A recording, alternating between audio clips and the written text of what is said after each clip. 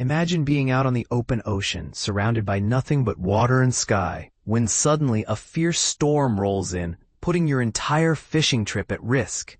This is exactly what happened to Kristen and me when we headed out to try our luck at sheepshead fishing at the South Jetty in Ocean City, Maryland. The weather had been perfect lately, with warm temperatures and hardly any precipitation, but a strong wind blew in, making the waters choppy and uncomfortable. We quickly scrapped our plans and decided to try our luck another day, but here's where it gets interesting. Despite the rough conditions, some brave fishermen still managed to catch some impressive fish. Captain Tony Battista of Saltwater Adventures, for example, had a great day at the bass grounds, reeling in flounder, sea bass, and triggerfish, including some massive flounder that weighed over 17 pounds combined. And this is the part most people miss.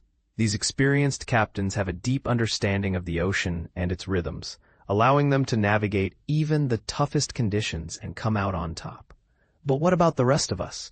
How can we increase our chances of catching fish, even when the weather is against us? One key factor is knowing where to look.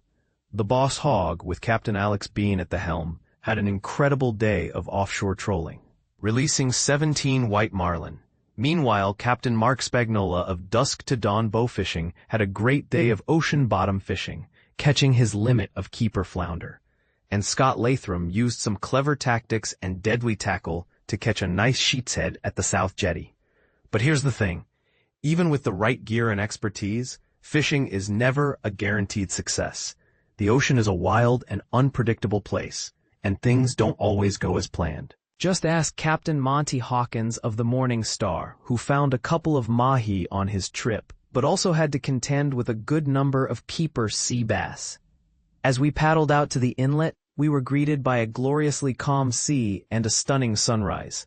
But as the day wore on, the winds picked up, and the waves began to form. We made a contribution to the future of coral growth along Maryland's coast with a block pyramid drop, and then hooked up a nice nearshore mahi on our first drop. But as the day went on, we realized that the fish were not as plentiful as we had hoped. We paddled further offshore, searching for cooler waters and a better catch. And then, just as things were starting to look up, a waterspout appeared in the distance.